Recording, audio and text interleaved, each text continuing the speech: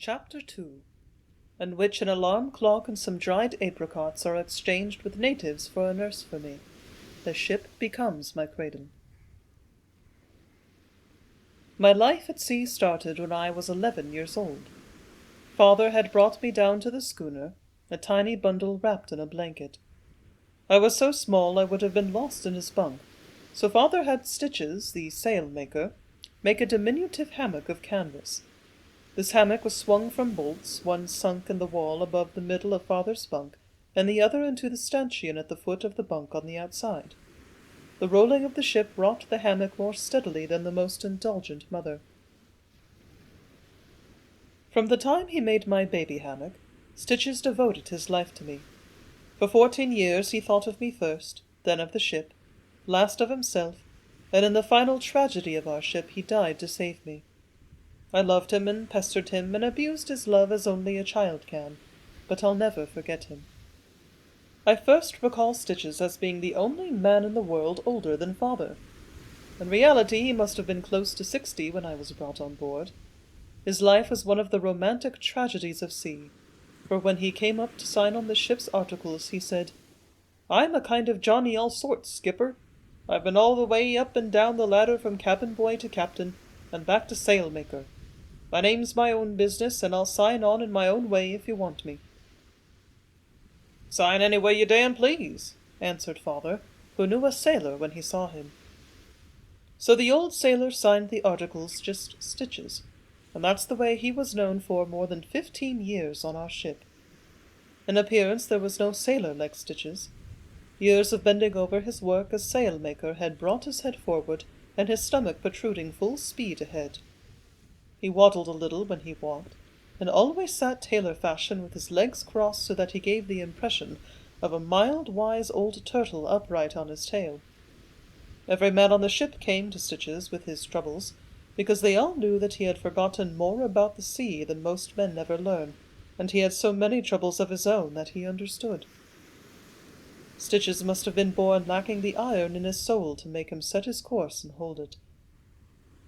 Rather he had chosen to ride before the storms of life, but as a compensation for his successive failures, he had developed his own peculiar philosophy of content that made the crew love him. Why didn't Stitches give up the sea? He couldn't. The sea was in his blood, and he would rather stay on a ship in any capacity than live ashore in comfort. "I'll drop my final anchor with the wind howling in my ears above and the swish of bilge water below me," he declared, "and that way I'll go content." And when the time came, I'm sure he went content. I had inherited my father's lusty lungs, and my crying did not help my popularity with the men trying to sleep on their watch below. The cabin boy had to heat sea water in a saucepan over an oil lamp for my daily bath, which my father gave me. My bathtub was an empty codfish keg, and how I yelled whenever I faced it. The mate usually turned in at 9 in the morning, and at the time I was always squalling my loudest. He made a remark which cost him his berth when it was repeated to my father. "Damned if I ever thought I'd live to see the day when a deep-water schooner was made into a howling nursery." Friends of my father along the waterfront in Frisco thought he was crazy to take a baby to sea. We were bound for Chile and thence to Australia. Father's friends reminded him that the trip was a hard one, on account of sudden storms and freak weather off the west coast of South America. "If I can handle a bunch of squareheads in a scow off a ship in a typhoon, a baby will be easy," was Father's answer to their warnings. With characteristic clear vision he knew his course, and he determined to keep a strong hand on the helm of my life. That trip, which was my first one, brought all the predicted complications. The patent foods which Father had provided to feed me did not agree with me. I lost weight, and became so puny that Father had about given up hope that I would survive until we reached Sydney. There was only one thing for him to do, and that was to get some kind of food that would nourish me. We would not be in Australia for 50 or 60 days, so we turned in at Norfolk Island to see if he could buy something there to feed me.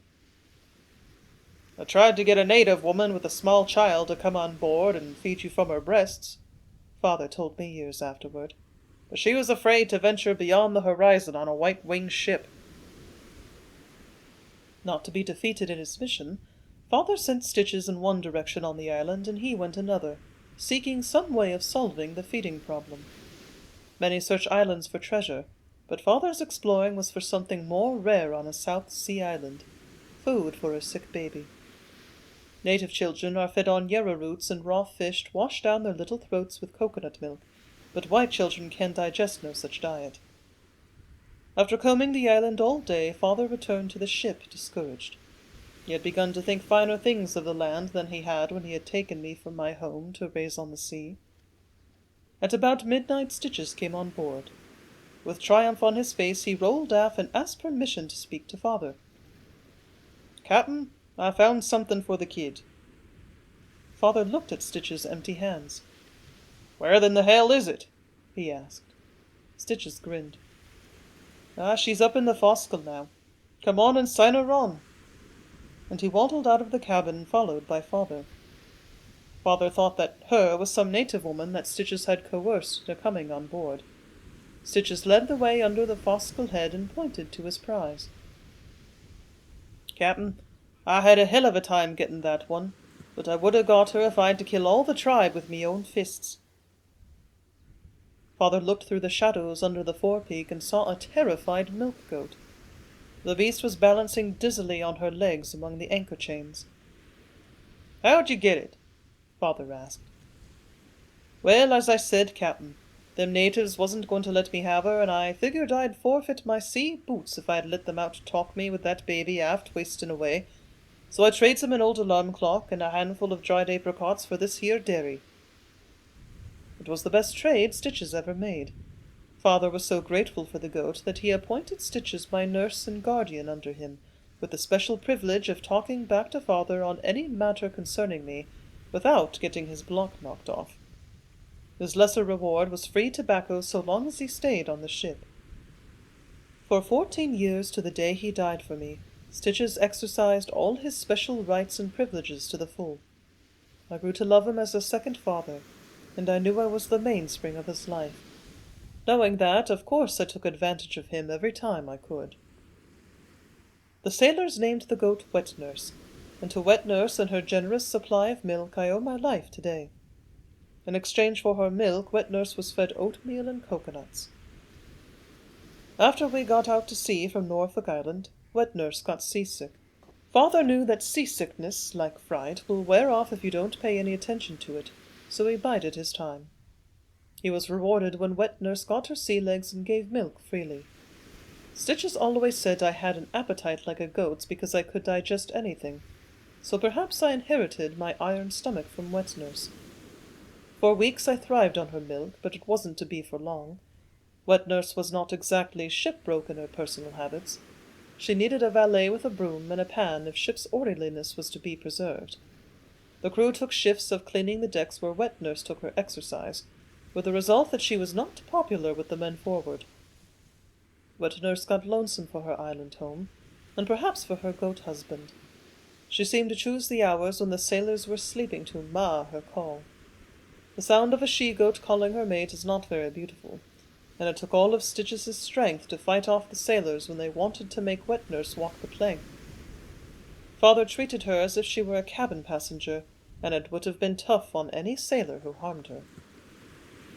One day, when I was about 2 years old, our ship was caught in a white squall off Lord Howe Island. A white squall is a sudden windstorm that rises without warning on the barometer, and its velocity is so great that it will sweep the sea with huge waves 10 minutes after it starts. Wet Nurse was standing by the galley door, looking wistfully at the cook in hope of getting an occasional scrap or two from his pans, when the squall hit the ship. Whipped by the wind, the vessel listed far over leeward, and great seas washed over the decks. I was tied in my hammock below, for Father had called all hands on deck. The crew was reefing down the topsails and battening down the hatches. Father stood at the helm, steering the ship out of the belly of the swells, to keep the seas from swamping us. Everyone forgot Wet Nurse. A giant green wave came over the fossil head, washed over the galley, put out the cook stove, and drove Wet Nurse against the bulwarks. With a shudder the vessel hove to the windward side, and another sea smacked her deck with such force that it lifted the fore hatch from its cleats and sent it swirling into the lee bulwarks, pinning wet nurse beneath its wreckage. She lay crippled and terrified and nearly drowned under the debris until the storm subsided. The mate and Stitches found her, and lifting her gently as if she were a person from beneath the hatch, they carried her up to the poop deck to my father. She had broken both her legs, and several ribs were smashed in. Father, who had always had a gentle hand with animals, carefully set her legs in splints and bound her ribs with bandages made from small pieces of canvas. Then he lay wet nurse in his bunk beneath my hammock. In spite of everything he could do for her, wet nurse died that night. She was given a regular ship's funeral.